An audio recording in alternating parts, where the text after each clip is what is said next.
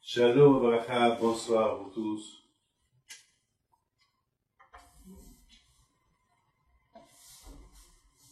Avec les deux Akadosh Baruch Hu, que Be'ezat Hashem, que nous verrons une bonne nouvelle qui est Ratson, que Akadosh Baruch Hu y fasse, que nous verrons Mashiach venir Be'ezat Hashem. Alors, le cours de ce soir, nous allons parler sur Be'ezat Hashem, la venue de Mashiach. Quand il va venir, la personne le sait. Le sage dit que parmi il y a trois choses que la personne ne saura jamais. L'une des choses est Mashiach jamais le saura. On a l'émouna, il va venir, mais savoir exactement quelle date, on ne saura jamais. Par exemple, le sage dit aussi quelqu'un qui va trouver quelque chose, une trouvaille. Vous savez, beaucoup de fois, ça arrive, on trouve une pièce, on trouve quelque chose dans la rue. On trouve, par exemple, je ne sais pas, un diamant. Quelqu'un a perdu un diamant. On trouve quelque chose. Vous savez, on trouve un coffre. Je ne sais pas moi. Vous savez, trouver quelque chose, personne ne le sait. Ça veut dire, bon, on dit c'est le hasard qui a fait que tu as trouvé la chose. C'est pas le hasard. C'est Hachem qui a voulu que tu trouves la chose. Mais pour vous dire, de la même façon qu'on ne sait pas ce qu'on va trouver. Par exemple, le loto. Le loto, personne ne peut savoir quel numéro va sortir. On peut imaginer, vous savez, on ne pourra jamais savoir. Mes amis, il ne faut pas beaucoup avoir peur. Il y a beaucoup de gens qui ont peur de Mashiach. Ils disent, mais est-ce que la vie va changer? Il faut savoir une chose, ce que le Rambam dit. Le Rambam il dit que la vie ne va pas changer. Le monde va rester tel qu'il est. Tel qu'il est. Il y aura toujours des avions, il y aura toujours des voitures, il y aura toujours des gratte-ciel, il y aura toujours... la vie, elle va s'améliorer. Le contraire. Ce qui va changer, c'est qu'il n'y aura plus des gens qui vont croire ou ne pas croire. Les gens ne vont plus être... il n'y aura plus le doute. Il n'y aura plus le Amalek, le doute. Il n'y aura plus de doute. C'est-à-dire que le monde, Mashiach, il va prouver qu'il y a Hachem. Aujourd'hui, il y a ce qu'on appelle, il y a la guerre des religions. Chacun dit, ma religion c'est la meilleure, chacun dit c'est moi, chacun dit c'est moi. Vous savez, aujourd'hui, il y a dans le monde entier chacun. Mais bien sûr, grâce à Dieu, il faut savoir quelque chose qui est extraordinaire. Il faut savoir qu'aujourd'hui, à notre époque, l'époque d'aujourd'hui, presque une grosse partie du monde, ils savent qu'il y a Dieu. C'est plus l'idolâtrie qu'il y avait avant. Avant, il y avait vraiment l'idolâtrie. En Europe, au Moyen-Orient, en Israël. Vous savez que même en Israël, à l'époque où on avait le Beth Amikdash, il y avait aussi des gens qui étaient idolâtres. Qu'est-ce que vous croyez? Vous croyez qu'à l'époque, le monde était idolâtre. Hein? Il y avait des gens qui vénéraient le soleil, il y avait des gens qui vénéraient la lune, il y avait ceux qui vénéraient les étoiles. Il y avait même, à l'époque d'Abraham Avinu, il y avait ceux qui vénéraient le sable. Ils croyaient que le sable sur lequel on marche, c'est Dieu, le Dieu présent. C'est-à-dire que c'est ça ce qu'on appelle l'idolâtrie. Alors, aujourd'hui, Baruch Hashem, grâce à Dieu, aujourd'hui, il n'y a pas, le monde, il n'est pas idolâtre aujourd'hui. Aujourd'hui, une grosse partie du monde, ils croient en Dieu. Mais, ce qui va apporter Mashiach, c'est qu'il va apporter la vérité. C'est qu'il n'y aura plus de doute. C'est-à-dire que le monde entier, ils vont finir par dire, El Ben Bado, il n'y a que Akadosh Baruch Hu. Donc, ne croyez pas que le monde il va changer. Il dit le Rambam, Olam Kimina Gonoé. Le monde va continuer à être le même monde qu'on a toujours connu. La seule chose qui va changer, c'est que les gens, ils vont être sûrs que c'est Hachem. Écoutez bien ce que je voudrais vous apporter, ce que le Baal HaTanya il explique. Et le Baal HaTanya il dit que, selon Hachamim, ils disent, El Ben David Ba, O Shado Hayab Ozakai. Mashiach ne viendra pas où dans le monde dans lequel on vit, qu'on est partagé. Il faut que, où le monde, ils sont sadikim, ils sont bien, ils sont croyants, où le monde, il n'est pas croyant. Où le monde, ils sont, il y a pas de, ils sont réchaïm. Alors, Al-Atali a posé une question, c'est impossible. On ne peut pas trouver un monde sans tzadikim ou un monde sans réchaïm, c'est impossible. Il y a toujours des tzadikim, il y a toujours des réchaïm, il y a toujours des bons, il y a toujours des méchants. Alors, comment peut-on dire que le monde, que Mashiach, il va venir uniquement lorsque on est tzadik ou on est racha? Le monde est tzadik ou le monde est racha? Et voilà, le Baal Natania, il vient avec une belle explication. Il dit, c'est pas possible que nos sages qui parlent que le monde entier va être rachat ou bien le monde entier va être tzadik. C'est-à-dire que ça parle de chacun de nous individuellement. C'est-à-dire il faut que je décide, moi David Pinto, est-ce que où je suis tout entier tzadik ou je suis tout entier rachat? C'est tout. Je ne peux pas être à deux. Je ne peux pas venir à la synagogue et sortir dehors manger du tarif. Faire le kiddush le Shabbat, et après, je vais faire quelque chose qui profane les Shabbat. C'est impossible. Il faut décider. Ou là. On peut pas, si on monte, on ne peut pas monter en ayant un pied sur une marche et l'autre pied sur l'autre marche et on se stagne. Non, il faut, ou tu montes ou tu descends. Tu ne peux pas monter et descendre. Décide-toi, qu'est-ce que tu veux. Tu veux monter, tu montes. Alors, Mashiach, il ne peut pas venir dans des conditions que la personne, elle est moitié-moitié. Il faut qu'il se décide ce qu'il veut. Mais c'est dur. Les maîtres, c'est dur. C'est très, très dur. C'est dur. Ben, c'est ça le travail. C'est ça notre travail.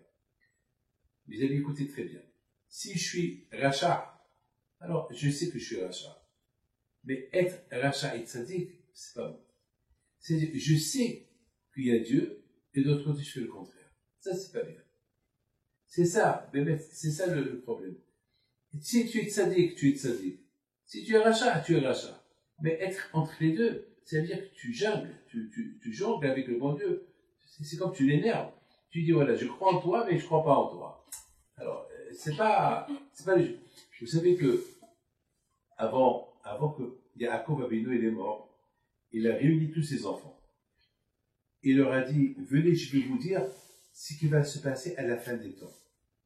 Et au moment qu'il a voulu dire, venez, je vais vous dire ce qui va se passer à la fin des temps, Hachem, il lui a caché cette prophétie pour ne pas la dévoiler. Il voulait dire exactement quand Mashiach va venir. Il faut savoir une chose.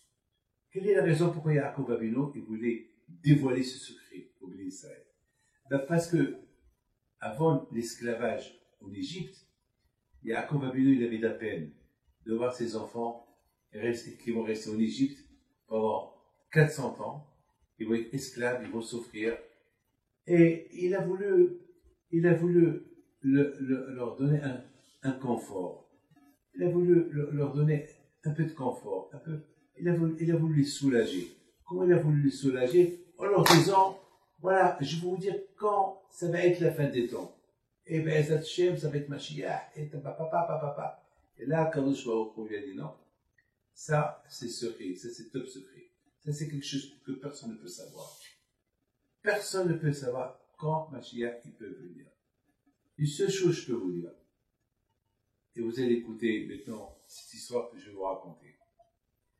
Vous savez une chose, que il y avait une fois, Rabbi Yehoshua ben Levi, qui était un grand tzaddik, il a rencontré Eliyahu Hanavi. Vous savez, ceux qui ont écrit la Gemara, ils étaient des grands tzaddiks. Ceux qui ont écrit le Talmud, ils étaient des grands tzaddikim. Et ils étaient capables de ressusciter des morts. Ils étaient capables. de ressusciter des morts. Ils étaient des grands comme Rabbi Balanes, Rabbi Shimon Bar Yochai. Ce soir, si Dieu veut, on va les pèleriner en live, Rabbi Shimon Bar Yochai. Et vous allez voir les milliers de noms que vous nous avez envoyés. Ils vont être sur la tombe de Rabbi Shimon Bar Yochai ce soir. On va allumer sa veilleuse. Alors, c'est cette équipe qui pouvait ressusciter des morts. Alors, il dit, il y a un Komashi qui va venir. Alors, il y a un avis, lui, il dit à Bishua Ben Levi, je ne peux pas te dire, va lui demander. Vous vous rendez compte? Il dit, Tzadikim qui voit Mashiach. Il a dit, d'accord, mais il est où? Il a dit, ben, il est à Rome. Tu vas à Rome, et tu vas le trouver à Rome. Il faut savoir que Rome, c'est eux qui ont détruit le deuxième temple. Il faut savoir qu'il y a un grand lien entre Rome et Mashiach. Il y a un grand lien. C'est que le seul objet du Beit HaMikdash qui se trouve à Rome, je ne sais pas physiquement ou expliquez-le comme vous voulez, mais la seule chose, c'est la Menorah. Et la paracha de cette semaine, on parle de la Menorah. La Menorah, c'est la Hanoukia. On sait qu'elle est à Rome. On ne sait pas où elle est à Rome. Mais on sait qu'elle est gravée, elle est sculptée dans l'arc de triomphe de Titus. Vous savez que Titus, c'est lui qui a détruit le Beit HaMikdash. Il a pris la Menorah. Il a pris c'est le seul souvenir que nous avons du Beit HaMikdash qui nous ramène toujours vers le Beit HaMikdash, c'est la Menorah. Et la Menorah, on l'allume une fois par an, à Hanouka. Hanouka, c'est la Menorah. C'est la Menorah. Vous connaissez tous l'histoire de Hanouka, que lorsque les Grecs sont rentrés en Israël, pendant 52 ans, ils ont fermé le Beit HaMikdash, ils ont éteint la Menorah, et la Menorah, elle était éteinte pendant 52 ans. Et après 52 ans, les Hashmonaïm, ils ont fait la guerre contre les Grecs, ils ont gagné la guerre. La première chose qu'ils ont fait, ils sont rentrés au Beit HaMikdash, ils l'ont ouvert, ils l'ont nettoyé, hop, ils ont voulu allumer la Menorah, il n'y a pas d'huile. Puis ils ont trouvé un petit flacon, pour une nuit, pour un jour, pour une nuit, et il est resté allumé 8 jours. Ça, c'est le nest de la Hanouka, de la Menorah. Donc, on voit très bien que Baruch Hashem, et à partir de là, donc, depuis cette époque, chaque temps, on allume chaque année la Menorah. Alors, pourquoi on allume la Menorah chaque année? C'est la seule mitzvah, écoutez bien, c'est la seule mitzvah, c'est le seul souvenir que nous avons avec le Beit HaMikdash. Comme dans le Beit HaMikdash, on allumait la Menorah, dans le Beit HaMikdash, alors nous aussi, une fois par an, on allume la Menorah, la Hanouka. Et cette Hanouka, lorsque Titus, il a détruit le Beit HaMikdash, il a pris la Hanouka. Il a pris la Menorah du temple et il est rentré victorieux avec, soi-disant, il a montré aux Romains, voilà ma victoire contre le judaïsme, ma victoire contre la Torah, contre le peuple juif, voilà la Menorah. Maintenant, voilà, hop, j'ai éteint la Torah. Très bien. Pour lui, la Menorah, c'est la Torah, la Menorah, c'est le judaïsme, c'est pour lui, il a gagné la guerre. Donc, à tel point qu'il était heureux et content, jusqu'à qu'il a demandé, faites-moi l'arc de triomphe qu'elle porte mon nom, mais ce que je veux là-dedans, la Menorah. Je veux montrer au monde, j'ai détruit le judaïsme, j'ai détruit la Torah, j'ai détruit. Vous savez, mes amis, il y a 3 ans, j'étais à Rome, uniquement pour voir l'arc de Titus. Je suis parti pour ça, et je suis parti pour voir l'arc de Titus. Et bien sûr, j'ai fait comme tous les juifs qui vont visiter, la première réaction que j'ai eue, lorsque j'ai vu la Menorah sculptée, c'est l'arc de Titus, qu'ils ont construit les Romains il y a 2000 ans, la première réaction que j'ai eue, Titus, me voici. Voilà. Toi, tu as détruit le temple, mais t'as pas réussi. Tu voulais faire oublier la Torah, t'as pas réussi. Et la Torah, Baruch Hashem, elle existe. La religion juive, elle existe. Et le peuple juif, il existe. Et on est là. Donc oui, et toi, Titus, on sait même pas où est ta tombe. On sait même pas si tu existes ou pas. Alors, mais voilà, mais nous, voilà, on est là. Et le contraire, pour moi, la menorah, c'est le plus beau marketing en notre faveur que voilà, la Torah, Baruch Hashem, Am Israël, on continue, c'est pas facile de respecter la Torah, c'est pas facile de respecter Nida, respecter le Shabbat, et respecter les mitzvot. Oh là là, c'est très dur. Mais Baruch Hashem, on fait de notre mieux. Donc, mes amis, c'est la menorah, c'est le seul lien que nous avons avec le Beth Amikdash. Mais dans le mot menorah, vous allez trouver là-bas Roma. Si vous écrivez en hébreu menorah, vous allez trouver là-bas le mot Roma. Roma, c'est Rome. Ça veut dire que déjà, Kadosh Baruch Hu, il a prévu que la lumière de la Torah jamais ne s'éteindra. Et ceux qui pensent l'éteindre, comme les Romains, comme Rome de l'époque, il y a 2000 ans, eux qui ont pensé l'éteindre, le contraire, ils ont sculpté la menorah comme un phare qui illumine le judaïsme. Ça veut dire chez eux, de chez eux, la publicité, le marketing de la Torah, qu'elle est encore là. Donc, mes amis, c'est le seul souvenir, c'est le seul contact que nous avons avec le temple de Beth Amikdash, que Mashiach, si Dieu aussi va venir et va construire, c'est la menorah qu'on allume chaque année, et que, voilà, même chaque matin, lorsqu'on fait la prière, de laisser l'eau de la prière, il y aura toujours la menorah. Mes amis, écoutez bien. Maintenant, vous avez compris qu'il y a un grand lien entre Mashiach et Rome. En maintenant, revenons à l'histoire. L'histoire de Eliyahu Navi alav shalom qui dit à Bishua ben Levi, ben, si tu veux voir Mashiach, tu vas à Rome. Donc, il va à Rome. Ben, il commence à chercher. Et puis, il s'est rappelé ce que Eliyahu Navi lui avait dit, cherche un endroit où il y a des lépreux. Tu vas trouver là-bas Mashiach avec les lépreux. Il lui dit, les lépreux? Oui, pourquoi les lépreux? La lèpre, c'est à cause de la shonara. Lorsqu'on parle la médisance, ben, la médisance, vous savez, la Torah dit que celui qui parle la médisance, ben, sa punition, c'est la lèpre que Dieu présente. Aujourd'hui, il n'y a pas la lèpre, mais je voudrais vous raconter quelque chose. Ça m'a fait de la peine. Vraiment, ça m'a fait de la peine. Vous savez, il y a peut-être une demi-heure, j'ai reçu un coup de téléphone d'un garçon qui devait se marier, le pauvre. Et Baruch Hashem, il a rencontré une fille bien. Et lui aussi, c'est un garçon très bien, je le connais très bien. Et cette fille-là, elle était une fois fiancée avec quelqu'un. Bon, ça n'a pas marché. Et puis, lorsque ce monsieur-là, avec qui il était fiancé une fois, il a entendu que sa ex-copine, elle sort, elle va se fiancer avec quelqu'un, qu'est-ce qu'il fait? Il a monté un montage de la shonara contre ce garçon-là, qu'il connaît même pas. Et aujourd'hui, cette fille, elle appelle son copain, lui dit, j'ai eu des échos sur toi, je casse, je ne veux pas me marier avec toi, on va pas se fiancer. Et là, commencé à pleurer, il était choqué, le pauvre. Il venait d'acheter la bague de mariage, la bague de fiançailles. De la shonara. La médisance. La médisance, elle tue. Alors, je vais essayer, si tu veux, même que je ne connais pas cette jeune fille-là, je vais essayer d'appeler après le cours. Je vais l'appeler pour essayer de parler à son cœur, que c'est faux, tout ce qu'elle a entendu, pour vous dire.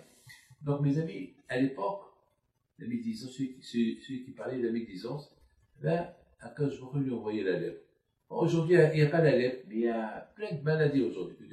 La médisance, elle est pire que l'adultère, elle est pire que l'idolâtrie, elle est pire que même de tuer. Parce qu'il y a une différence. C'est que Dieu présente, si quelqu'un, il est tué, ça, il est mort. Mais la médisance, la souffrance, la médisance, elle accompagne le vivant tout le temps. Là où il va, on pointe sur lui. Ah, regarde, c'est lui. Ah, regarde, c'est lui. C'est-à-dire que la médisance, elle est plus, et la faute de la médisance, elle est plus que celui qui fait la débauche, l'idolâtrie et un crime. C'est pire, c'est pire. Donc, mes amis, étant donné, alors pourquoi le Mashiach il se trouve avec les lépreux? Parce que, malheureusement, le temple, le Beth Amikdash a été détruit. Pourquoi? À cause de la haine gratuite. Étant donné que le Beth Amikdash a été détruit à cause de la haine gratuite, donc, il faut qu'on répare la haine gratuite. Et lorsqu'il y a la haine gratuite, il y a la shonara. Lorsqu'on déteste quelqu'un, on ne va pas l'aimer, on va le critiquer. Et c'est de la shonara. Donc le pauvre Mashiach, c'est lui qui reçoit tous les coups. Donc il se trouve avec des lépreux. Donc Péchoua Ben Lévi, il va à l'endroit où il y a des lépreux, il le trouve. Il lui dit, et Mataïka Timor, quand tu vas venir pour agrandir le nom d'Hachem, le nom de Dieu, il dit, Hayom, aujourd'hui. Ah bon? Oui, aujourd'hui. Ah, Péchoua Ben Lévi était content. Ah, aujourd'hui, c'est super. Super, aujourd'hui, elle arrive. Et après quelques temps, 1 mois, 2 mois, 3 mois, rien n'est arrivé. Voilà, il rencontre une fois, encore il y a un avis. Parce qu'il y a un avis, il s'est dévoilé toujours de Tzadikim, comme ce sont Ralpé, Bishmo et Haït, il y a un avis, toujours, il venait étudier la Torah avec Bishmo et Haït. Avec Pidon, grand-père Hussein Sawira, aussi, il avait le zéro d'étudier la Torah avec Eliyahu Alav Shalom. Alors voilà. Il lui dit, alors dis-moi, Eliyahu dit à Péchoua Ben Lévi, alors tu as vu Mashiach? Il dit, oui, j'ai vu Mashiach, mais il m'a menti. Comment il t'a menti? Je lui ai demandé quand est-ce que tu vas venir? Il m'a dit aujourd'hui. Et voilà, ça fait 3 mois, il n'est pas venu. Alors Eliyahu lui a dit, non, t'as mal compris ce que Mashiach t'a dit. Il t'a dit Hayom, Ebekolo Tishmao. Hayom, Ebekolo Tishmao. Ça veut dire, aujourd'hui, si tous ont fait Teshuvah, c'est-à-dire que Mashiach, il attend notre Teshuvah. C'est ça, mes amis. Vous savez, la bataille, maintenant on a compris le lien entre Rome et la Ménorah, on a compris le lien entre Rome et le Beth Amikdash, on a compris maintenant le lien de la raison pourquoi Mashiach il n'est pas encore venu parce qu'il attend qu'il y a l'union à toutes. Et mes amis, je voudrais simplement vous dire une chose, que Mashiach il est bien pour le monde et pour tout le monde. C'est pas uniquement pour certains, mais il est bien pour tout le monde. Mashiach si Dieu c'est quelque chose de beau, qui va apporter un peu le shalom dans le monde, la paix. Aujourd'hui, la bataille. La semaine dernière, nous avons parlé de Gog et Magog. Nous avons expliqué la semaine dernière que la guerre de Gog et Magog, elle précède la venue de Mashiach.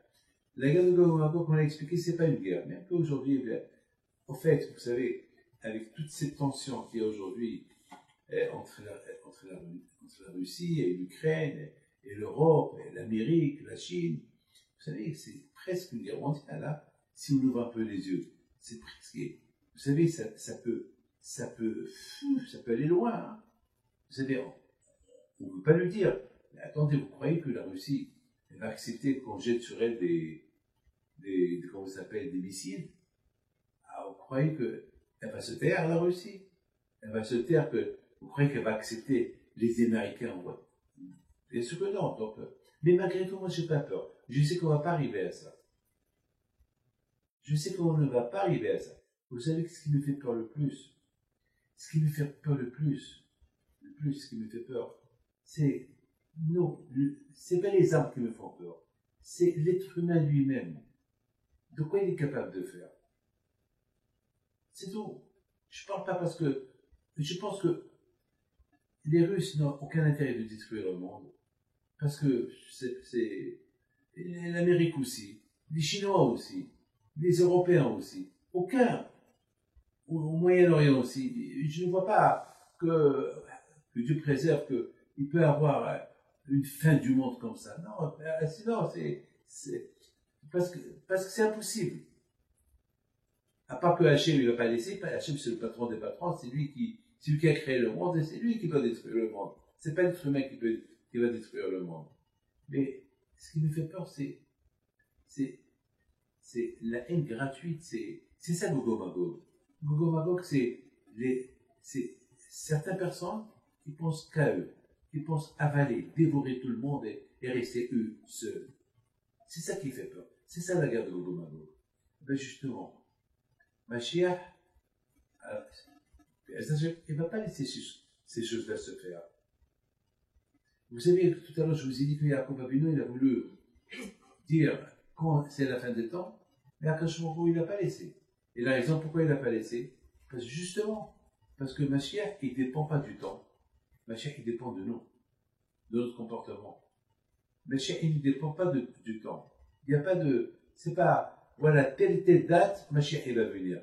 On sait c'est quand Shabbat, on sait c'est quand dimanche, lundi, mardi, mercredi, jeudi, vendredi, on sait c'est quand Pessah, on sait c'est quand on paye le loyer, on sait c'est quand pas, mais on ne sait pas.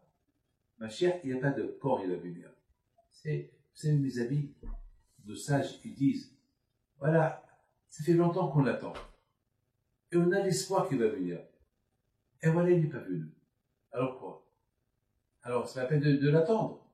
Vous savez, l'une des premières questions qu'on pose à la personne après 120 ans dans l'autre monde, est-ce que tu as espéré Mashiach? Qu'est-ce que vous allez répondre? Ah, vous allez dire, ah oui, on a cru qu'il allait venir, il y a eu la guerre mondiale, la première, la deuxième, il y a eu et chaque fois on a cru que c'est la fin du monde, chaque fois on a cru qu'il allait venir, il n'est pas venu, et les rabbins nous ont dit avec le corona, ça va venir, il n'est pas venu, Ah ben justement. Alors, Hachem m'a posé la question. Et alors? On a perdu espoir. Ah ben justement. Quand je va nous en vouloir pourquoi on a perdu espoir. Alors quoi, je vais attendre Mashiach pour rien, quoi. On se moque de nous, quoi. On nous dit Mashiach n'est pas venu. Vous savez qu'est-ce qu'on dit? Anima amin, be'emuna shelema, biviat Mashiach. Je crois avec tout mon cœur, tout mon âme, que Mashiach va venir. Ma mère, et même qui ne vient pas, je l'attendrai. Eh ben, Hachamim me disent, c'est justement la récompense d'attendre Mashiach, même qu'il n'est pas venu, c'est ça ce que Hachem va donner. Il lui donne à chacun de nous des récompenses.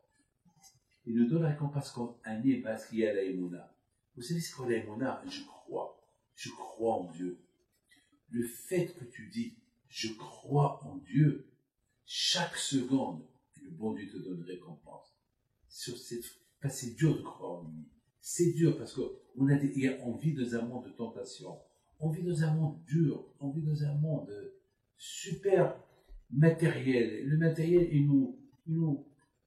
je voudrais vous dire quelque chose. Et, vous savez, beaucoup de fois, je passe dans la rue, ici en Israël, et parfois je vois des gens qui, lors de Minha est arrivé, ils vont s'arrêter pour faire Minha. La prière de Minha.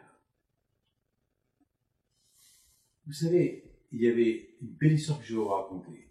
Il y avait une fois le Hazon Ish. Le Hazon Ish, c'est un grand tzaddik, et je crois qu'il est d'origine de Pologne, ou d'Ukraine, ou de la Russie, je ne peux pas vous dire. Et il est venu en Israël avant la Deuxième Guerre mondiale. Une fois, il a raconté sur son frère, Rabbi Yitzhak. Et Rabbi Yitzhak était un grand tzaddik. Et un jour, Rabbi Yitzhak, il était à la synagogue, en train de prier, et voilà la police, elle entre. La police, je pense, c'est la police russe, ou ukraine, ou polonaise, je ne peux pas vous dire. ils ont commencé à chercher dans la synagogue, est-ce qu'il y a des armes? Et ils ont trouvé là où il était assis, Rabbi Yitzhak, le frère de Hazonish, ils ont trouvé là-bas des armes. Donc ils l'ont accusé qu'il utilise des armes contre le parti communiste. Il s'est passé que c'était l'an de Minha. Alors, tout de suite ils l'ont pris. Alors, vous savez, à l'époque, ils n'attendaient pas le juge. À l'époque, les soldats eux-mêmes, ils vont juger la personne, ils vont le tuer. Donc, ils ont jugé, pourquoi tu as des armes? J'ai pas des armes. Oui, on a trouvé les armes. Ils étaient cachés. Là où tu étais assis, ils sont à toi. Donc, ils ont décidé de le tuer. Donc, ils prennent Rabbi Yitzhak, ils les mettent à côté, et voilà, le monsieur, il prend son fusil, et il vise Rabbi Yitzhak, et la fusil, elle se coupe en deux. Donc, le soldat, il a vu ça, et les copains, ils ont vu ça, ils ont dit, c'est pas possible.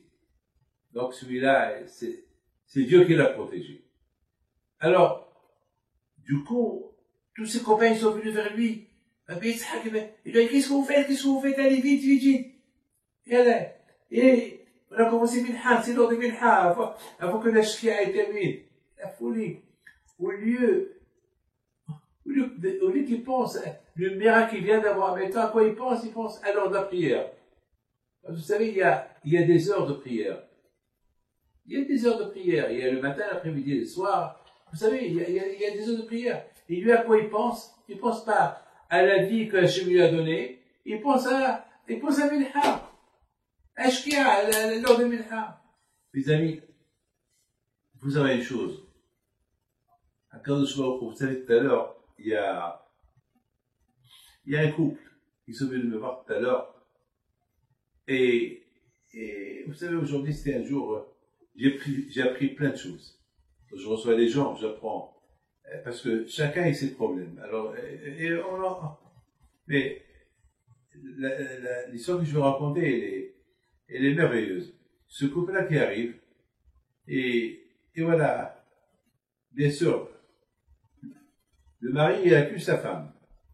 Il accuse sa femme que, voilà, elle ne fait pas kavod. Alors, elle le regarde et lui dit, mais c'est quoi je te fais pas kavod? Mais je te fais kavod. Qu'est-ce que tu veux que je chante? Quoi? Qu'est-ce que je te dis? Je t'aime, je t'adore. Quel kavod? Qu'est-ce que je te dis? Non, avec tout ce que je fais pour toi, tu fais rien pour moi. Alors, je regarde, c'était intéressant. Alors je regarde madame, je lui dis, madame, il y a Rabbi David. Et j'ai honte de vous dire, moi je ne suis pas une serpillière à la maison. Il ne peut pas faire de moi ce qu'il veut. Jamais il me dit un compliment. Il n'y a pas de compliment, il n'y a rien du tout. C'est vrai, moi aussi, je travaille et je gagne plus d'argent que lui. Et toujours, je lui donne tout mon salaire, je lui donne. Au lieu que c'est lui qui me dit merci, mais quel compliment voulez-vous que je lui donne? Je ne peux pas lui dire je t'aime, je ne peux pas lui dire je t'adore.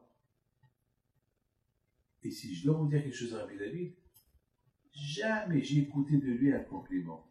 Il m'a jamais dit merci ma femme pour l'aide que tu apportes à la maison. Alors là, je le regarde, je dis monsieur, tu mérites tu mérites un bon coup.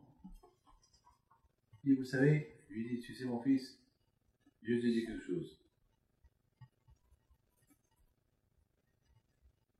Même à Kadosh Baruch Hu, le bon Dieu, il nous fait des éloges. Ahavti etrem amar Hashem. Même à Kadosh Baruch Hu, il nous dit, je t'aime. Même à Kadosh Baruch Hu, la femme, elle a besoin des compliments. Tu as besoin de lui donner des compliments. Elle n'a pas besoin de te les dire. Tu sais pourquoi elle n'a pas besoin de te les dire? Parce que je pense qu'elle fait 2 fois plus que toi tu le fais. Déjà, elle n'est pas obligée de travailler. Elle n'est pas obligée. Et en plus, elle travaille plus que toi et te donne tout son salaire. Qu'est-ce que tu veux? Bon, un merci. c'est à toi. Tu as changé, au lieu que c'est elle la victime, tu te fais toi la victime et c'est elle la méchante. Réveille-toi, réveille-toi, Hachem. Mon fils, réveille-toi un peu. Vous savez, même Akadosh Baruch Hu nous a fait des compliments extraordinaires. Vous savez que la religion juive, elle n'est pas facile, hein, elle est très dure. Alors qu'est-ce qu'il a fait Akadosh Baruch Hu? Lorsqu'on a quitté l'Égypte, lorsqu'Hachem il a vu qu'on a quitté l'Égypte sans préparer les provisions, vous savez, des millions de Juifs qui ont quitté l'Égypte, qui sont partis dans le désert pour aller recevoir la Torah, ils n'ont rien fait, ils sont partis aveuglément derrière Dieu. Alors là, il s'est passé une chose magnifique, extraordinaire. Vous savez quoi? Il s'est passé que Hachem il a dit, jamais j'oublierai ce que vous avez fait. Ça prouve que vous m'aimez, que vous êtes venus derrière moi pour recevoir la Torah sans préparer une provision. Et jamais j'oublierai ça. Tant que le monde, il est monde, je me souviendrai toujours.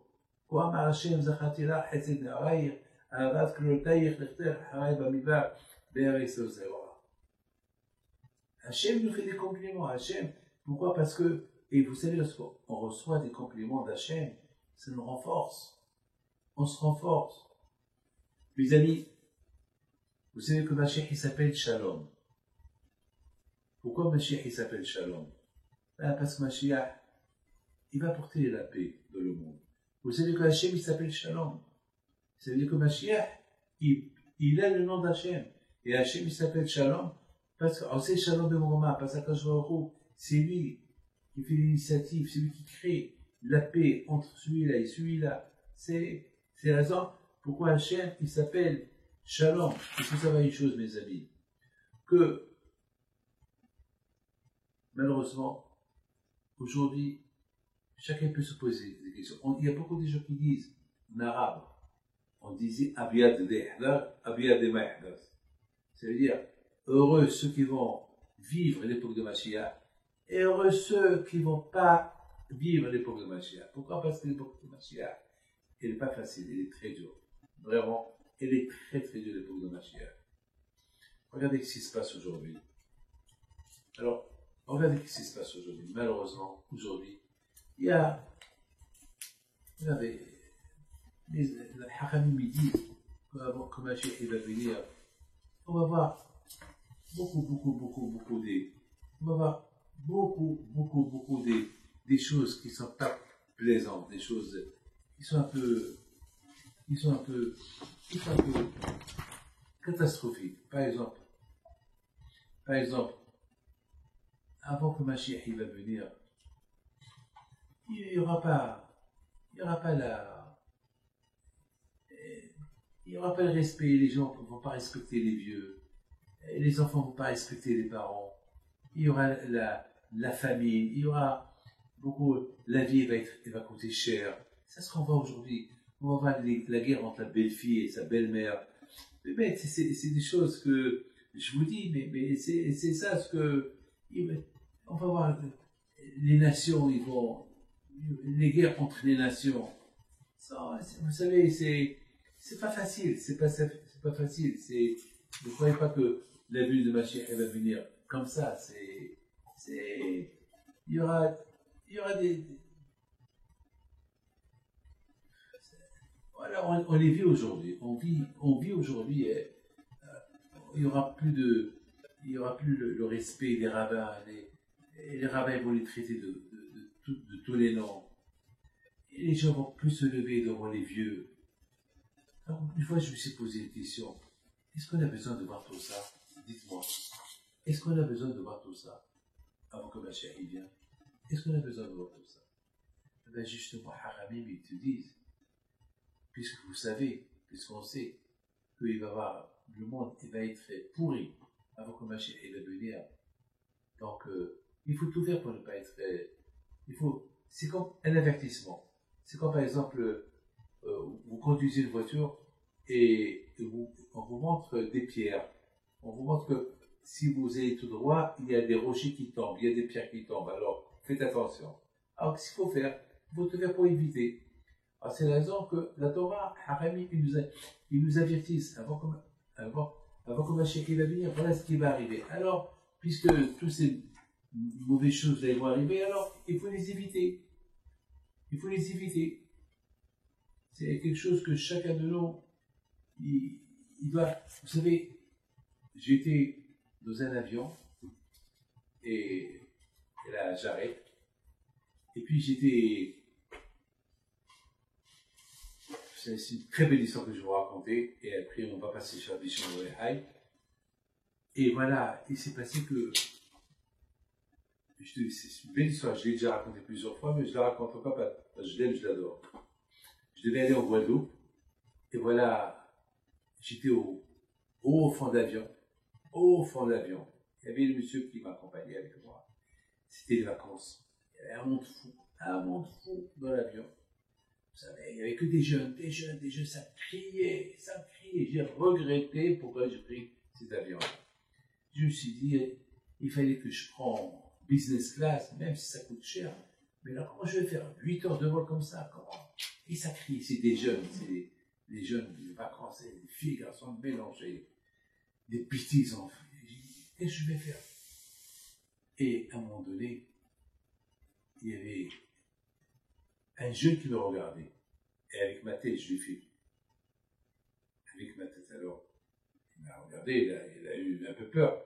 Il était son copain, je sais pas. Alors, du coup, tout le monde qui me regarde. Et du coup, je leur ai dit, vous ne pouvez pas vous calmer un peu?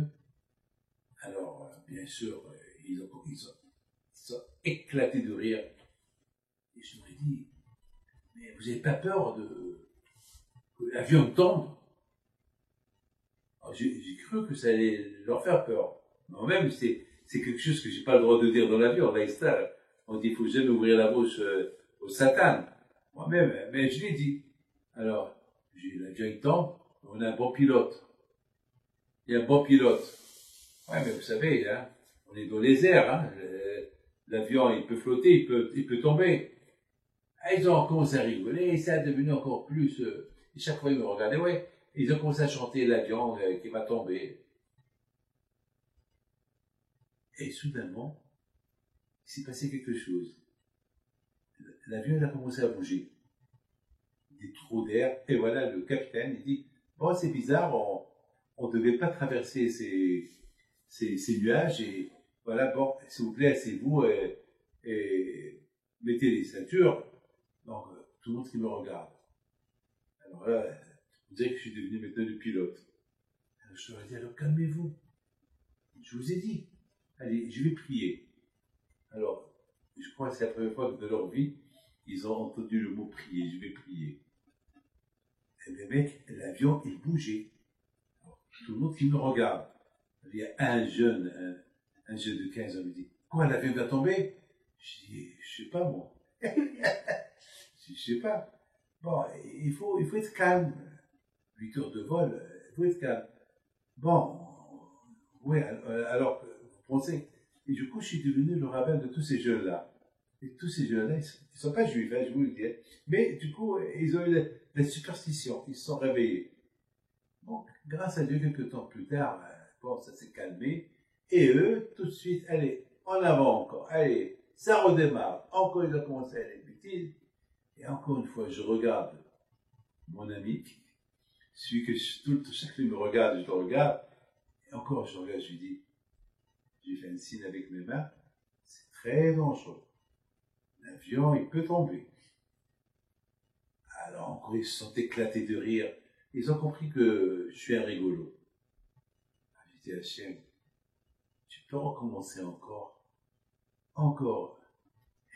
que je me repose un peu. Et soudainement, le pilote, il dit, bon, mesdames et messieurs, je pense, on va traverser encore des endroits de perturbation, et bon, s'il vous plaît, c'est vous, attachez. Et tout le monde qui me regarde, et me met, alors là, ça bougeait, surtout, vous savez, derrière l'avion, ça bougeait tellement fort que ça résonnait. Je dis, Hachem, tu vas pas le faire quand même. Depuis moi, je suis là. Attends. Hachem, je rigole, hein. Alors, les gens, les jeunes là-bas, ils m'ont vu que j'étais en train de prier. Et bon, Hachem, ça s'est calmé. Eux, ça s'est calmé dehors. Et à l'intérieur de l'avion aussi, ça s'est calmé. Et tout est rentré en ordre. À tel point que lorsque on a quitté l'avion, ils m'ont fait un respect, je ne sais pas qu'ils ont, mais pour vous dire, mes amis, avant que Mashiach il va venir, bien sûr, Hachem il veut qu'on fasse des chemins. Le monde entier doit faire des chemins. Mais Hachem il va apporter des choses, des signes, que d'une manière ou de l'autre, les gens vont plus penser à faire la guerre entre eux, ils vont penser plutôt comment retourner vers Hachem. Et c'est ça Mashiach.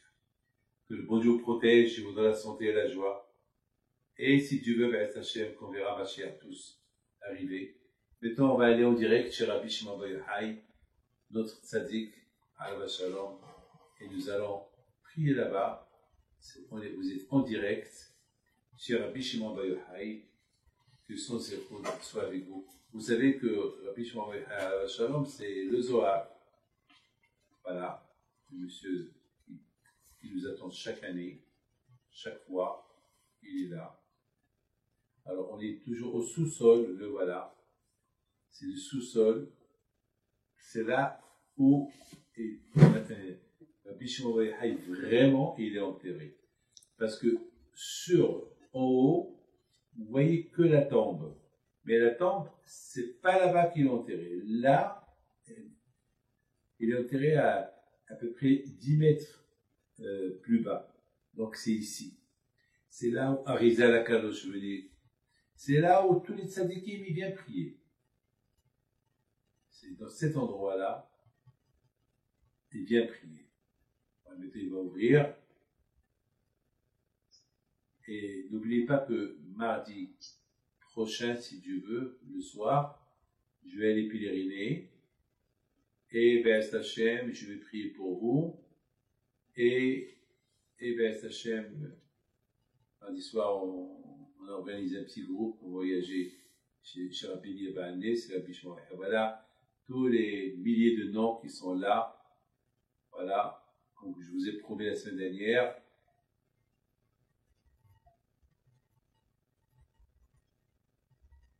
Là. Et ce qu'on va recevoir encore maintenant, ben, si Dieu veut, je prendrai avec moi mardi. Be'ezat Hashem. Be'ezat Hashem. Vous avez le zérout d'être en face de tzaddik. C'est un zérout. On dit qu'avec le zérout du Zohar que nous avons à la maison, que Mashiach il va venir. Vous savez que le Zohar a été découvert qui a à peu près 700, 800 ans. Et dans le Zohar, c'est écrit que grâce au Zohar, même si on ne peut pas l'étudier, parce qu'on ne le comprend pas, mais avec le fait de l'avoir à la maison, c'est assez pour que Mashiach y viendra.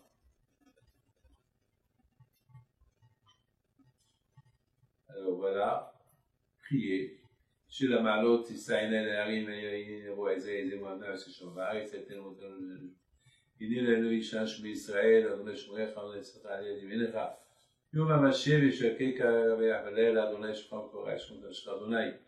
ישמור צאתך ובואך מעתה ועד עולם הקדוש ברוך הוא, il vous protège, il vous donne la santé, ברכה והצלחה, בריאות, פרנסה טובה, בעזרת השם, et בעזרת השם, je voudrais bien que chacun de vous, בעזרת השם, il renforce sa famille pour écouter les cours du mercredi soir, il faut les renforcer, et il n'y a que la Emouna. Grâce à l'Emouna que nous avons, c'est ça qui va nous maintenir pour la venue de Mashiach, et nous maintenir dans notre judaïsme, et nous maintenir dans tout ce qu'on fait.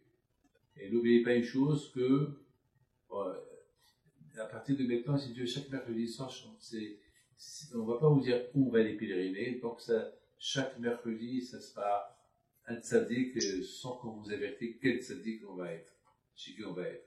Voilà, prie, je vous donne. Et Monsieur Bessousson, est-ce qu'il peut bénir le public? הרב נחמן, אתה יכול לעשות ברכה, להדליק נר, לברך את הרב ולברך את כל הקהל וכל השבוע. אנחנו לכם. אתם שומעים אותי, כן? כן, כן. מצוין, תודה. שלום הרב, שלום עליכם, שלום לכולם. אנחנו כאן עכשיו מדליק את הנר עכשיו, כאן. הרי אני מדליק נר זה, כאן בציון התנא האלוקי, רבי שמעון בר יוחאי, רבי אלעזר בנו.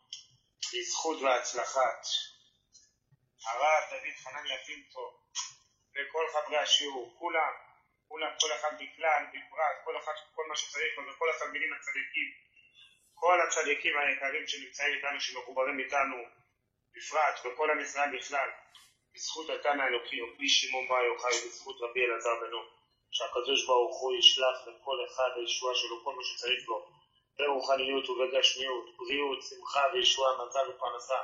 מי שברך אבותינו הקדושים הטהורים, אברהם, יצחק ויעקב, משה, אהרון, דוד ושלמה, שרה אמותינו הקדושות, שרה, רבקה, רחל ולאה.